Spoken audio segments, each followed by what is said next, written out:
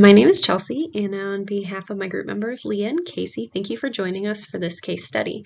If you are familiar with this case study on the neural tube defects, you can skip to the next slide. If you're not familiar with it, we'll go over the situation here.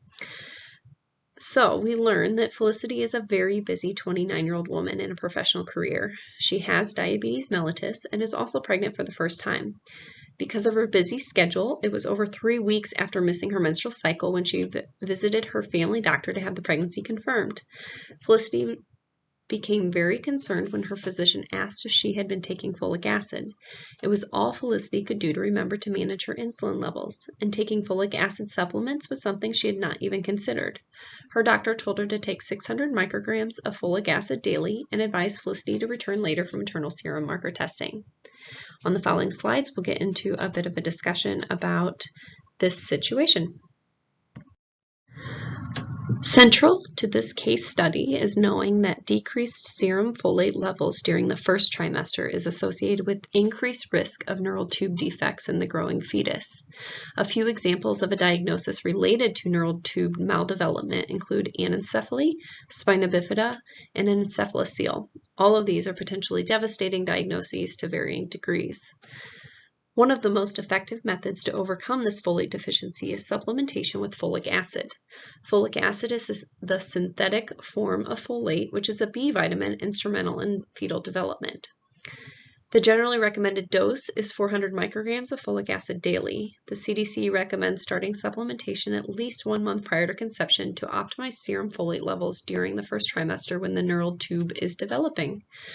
While there is reason for her to be concerned, given that she is well into her first trimester at this point and had not been intentionally supplementing with folic acid yet, Felicity should be reassured, however, that over 70% of neural tube defects are considered of genetic origin and not due to folate deficiency. There is also the possibility that as an American individual, she is likely consuming foods fortified with folic acid.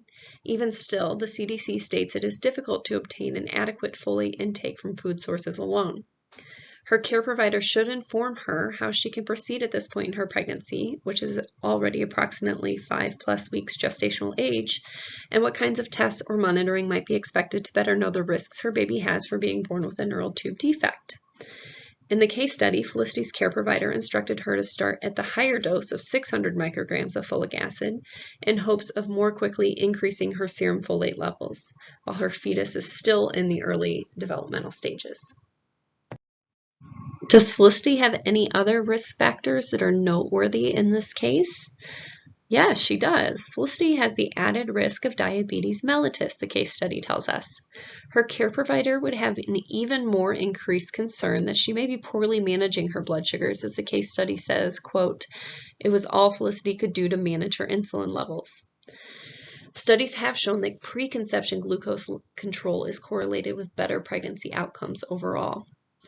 A few of the pregnancy risks this care provider might be considering for a patient with diabetes like Felicity include spontaneous abortion, LGA and SGA infants, preterm birth, perinatal death, and congenital malformations such as neural tube defects.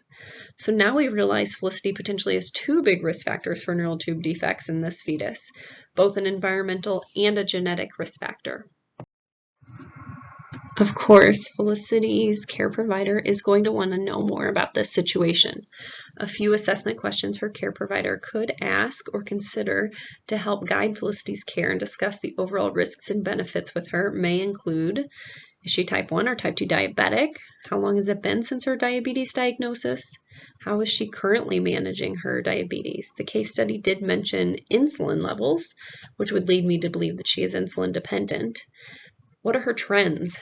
Is her A1C well controlled? Are her fasting and postprandial levels adequate?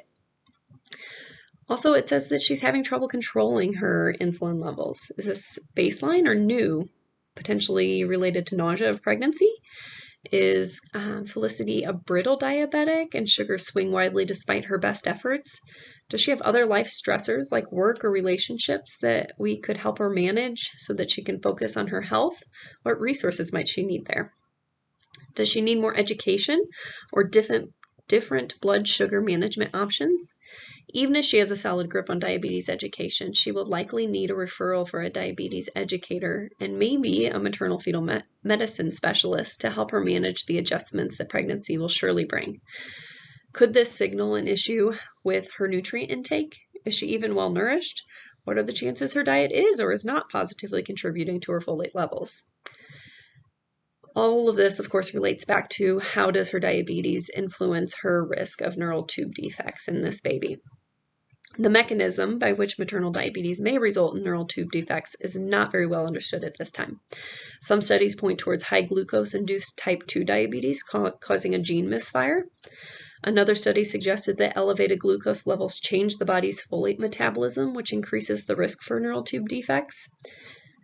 Bottom line, though, is that regardless of the mechanism, Felicity's care provider will be talking to her about screening tests to help her better understand her risks and options. And Leah will be talking about those next. So Felicity's provider is instructing her to return for further testing due to a concern for a possible folic acid deficiency. We just learned that the teratogenic effects of this folic acid deficiency can lead to neural tube defects. And her provider is just interested in investigating this a little further to see if her baby is at risk. So what is the benefit of maternal serum marker testing?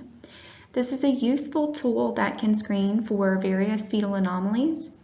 It can evaluate the risk for the fetal development of neural tube defects, trisomy 21, 18, or 13. It's recommended at the end of the first trimester, so it's likely that Felicity's provider will instruct her to return during weeks or sometime between weeks 11 and 13. Here is a list of maternal serum markers that will be offered in the testing that Felicity goes for in her follow-up appointment. We'll move forward and talk about each of these individually, but focusing on AFP and how it relates to Felicity's circumstance. I want to specifically talk about AFP and its relationship to Felicity's situation.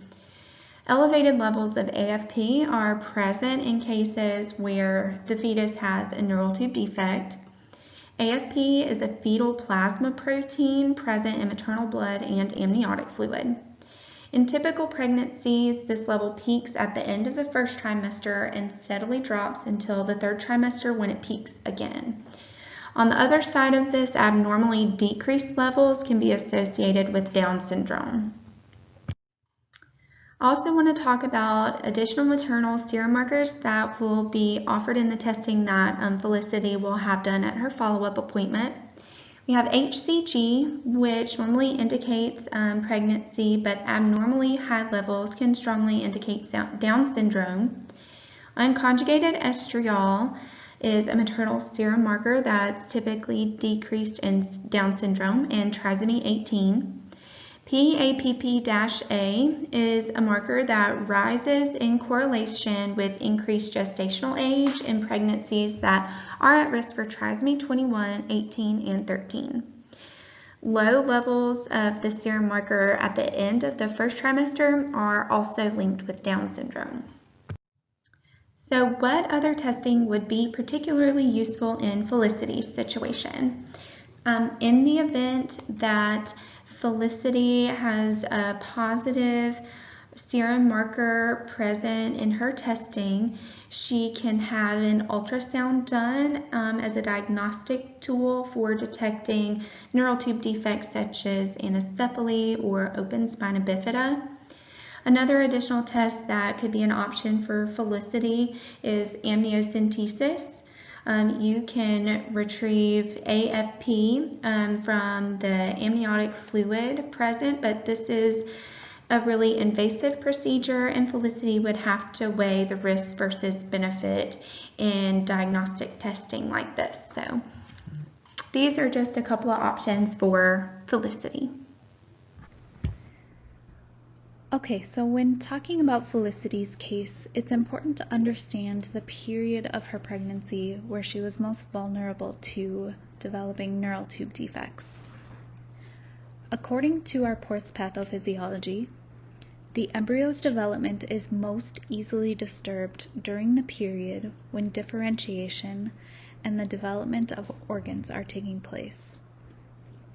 This stage of development is often referred to as organogenesis, and it occurs between the 15th and the 60th days after conception. Our code text also refers to the period of organogenesis as a critical period during which the processes are susceptible to external influences that can cause disruption and subsequent serious congenital abnormalities.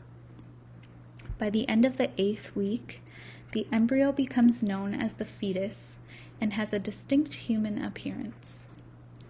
So if any part of this stage of the pregnancy is disrupted while the organs are being developed, it can cause changes in further development and issues later on in pregnancy. At the end of the 3rd week, the neural folds start to fuse, forming the neural tube. Supplementation with folic acid is recommended 4 weeks prior to conception to help aid in this process, and to be continued 12 weeks following conception. With many unplanned pregnancies, this can be difficult.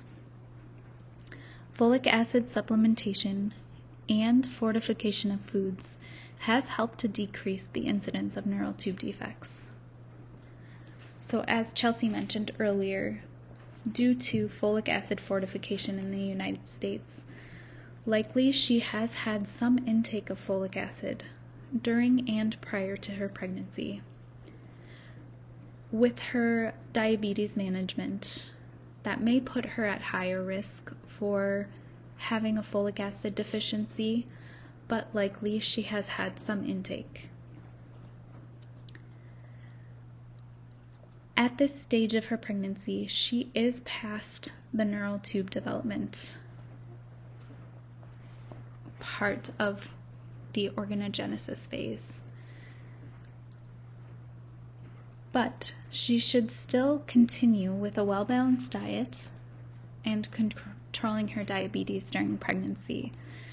She should also continue with the supplements recommended by her provider, because along with neural tube defects, folic acid supplementation can also help to prevent a low birth weight, placental abruption, miscarriage, megaloblastic anemia, cervical dysplasia, atherosclerosis, development of preeclampsia, and gestational hypertension.